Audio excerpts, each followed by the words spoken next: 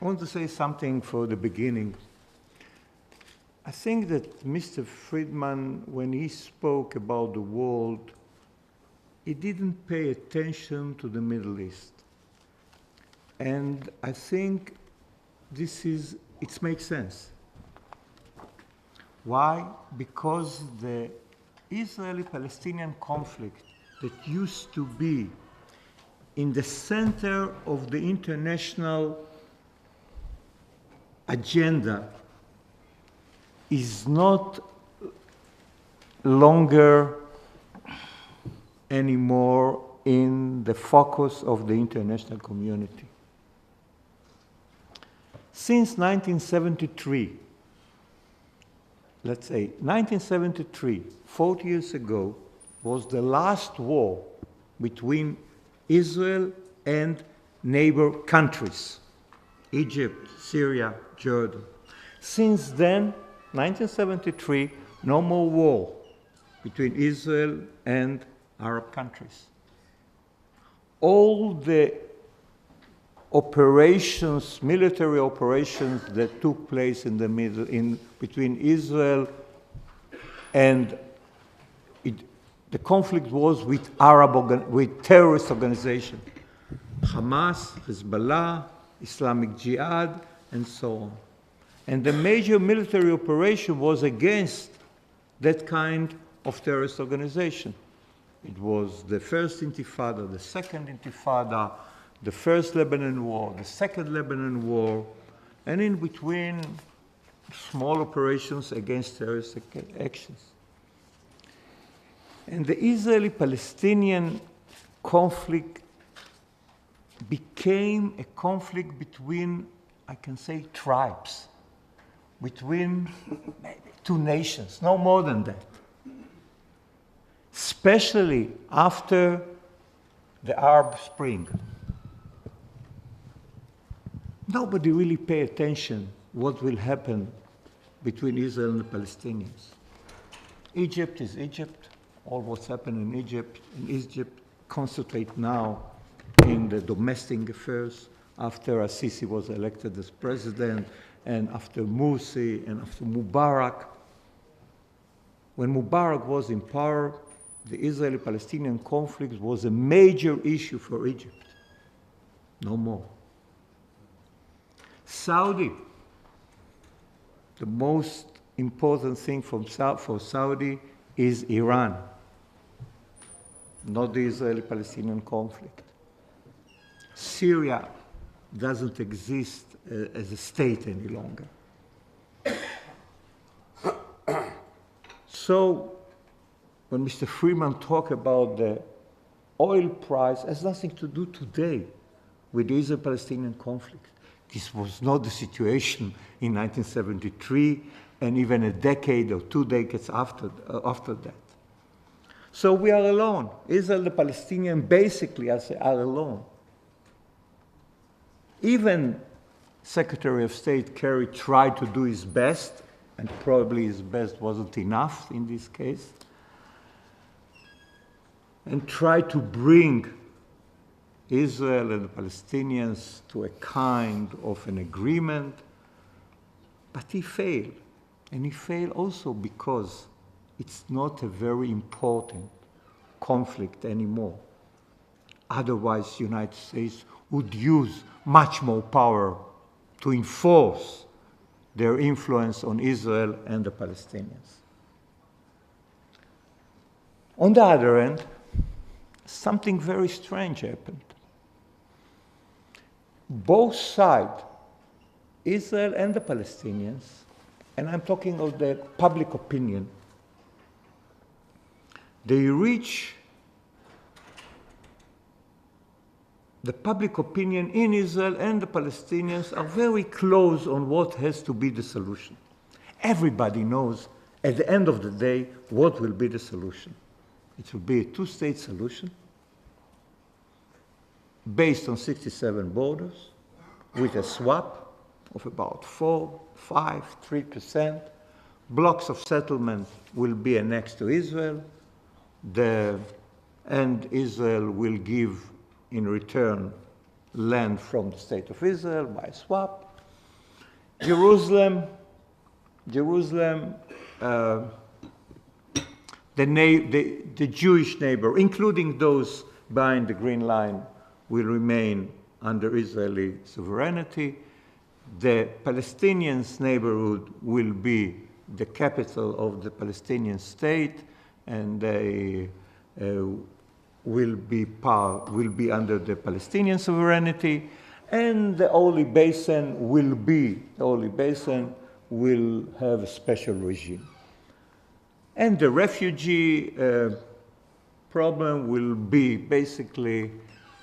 solved by the Palestinian refugee will return to the Palestinian state, the Jewish refugee in a way will come to Israel, and it will be a kind of humanitarian and unification of families, that Palestinians that will be returned to Israel by the permission of the government of Israel as from humanitarian reasons. More or less, that's what will be.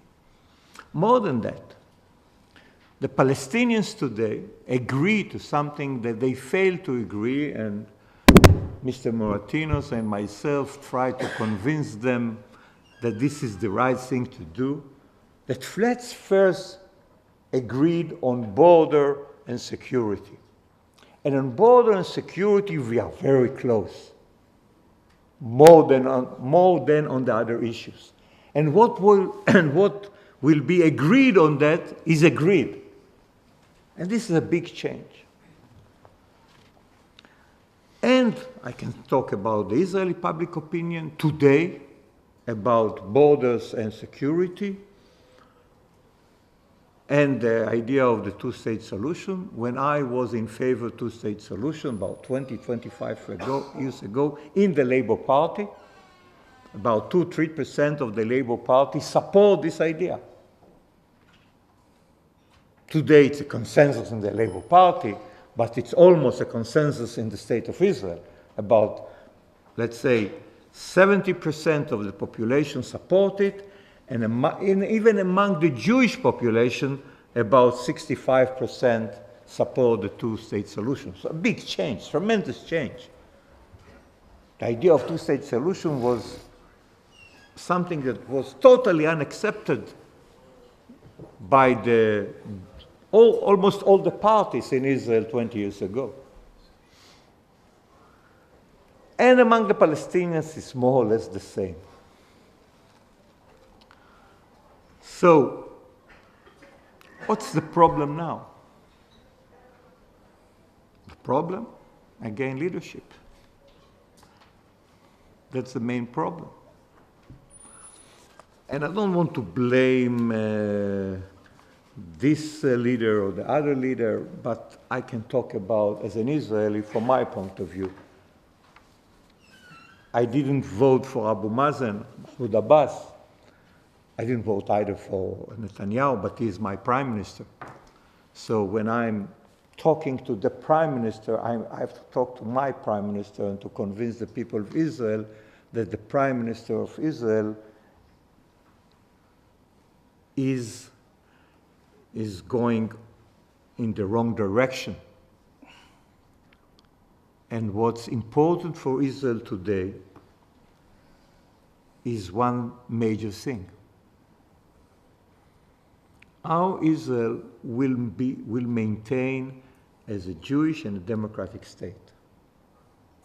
This is the most important point from our point of view, from what we believe. And the status quo will not maintain. When I'm speaking with people in Israel, I'm starting from the end, and I'm telling them, the status quo will not maintain because one simple fact. The simple fact is that Israel will not be the only nation in the world that occupied 3-4 million people without political rights. It will not maintain. And because the end of this situation could be the two-state solution, but if it will not be the two-state solution, it will be the one-state solution. And a one-state solution means that it will be one state, Palestinians and Israelis together, and that means it will be a binational state, and it will be the end of Israel as a Jewish and a democratic state. So the two-state solution is as essential interest of the existence of Israel as a Jewish and democratic state. It's not an essential interest of the Palestinians. I think they want it.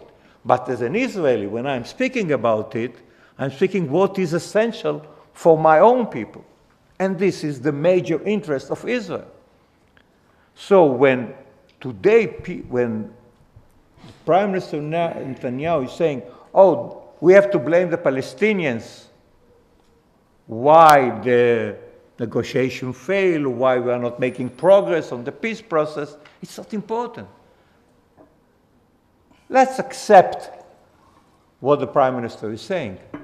So what?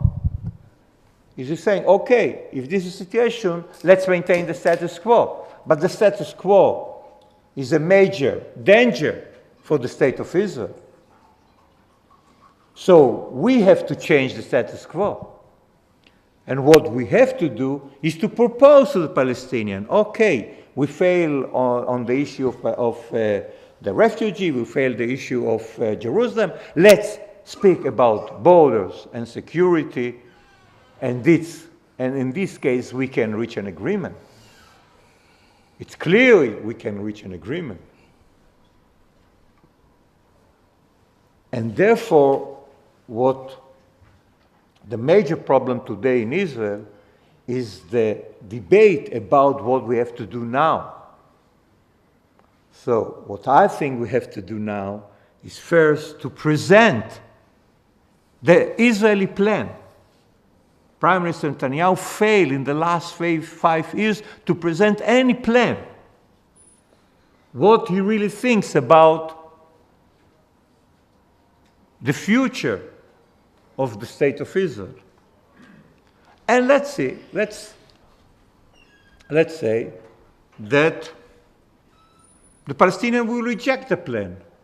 So it's a win-win situation. The international community will support us. And it will be legitimate the fact that we can take unilateral steps because we will not accept the status quo. I remember I was the deputy prime minister when Ehud Olmert was the prime minister, and I, on behalf of him, negotiated with Mahmoud Abbas about the solution. And we came very close. In June 2008, I visited Abu Mazen, he's an old friend of mine, and I came to Amman and I presented to him a DOP, Declaration of Principles. And I told him, Abu Mazen, listen, this is the last minute to accept it.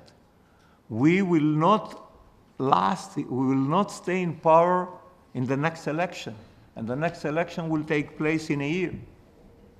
And Netanyahu will come. And if we will miss this opportunity, both of us, Israelis and Palestinians, will pay a price.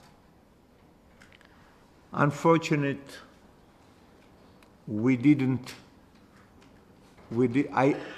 I didn't succeed to convince him then.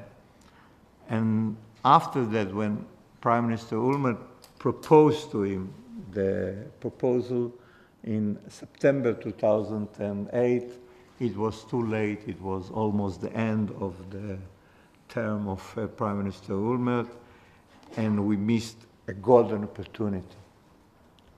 But at the end of the day, this DOP that was presented by me and by Prime Minister Olmert and by myself, that will be the solution.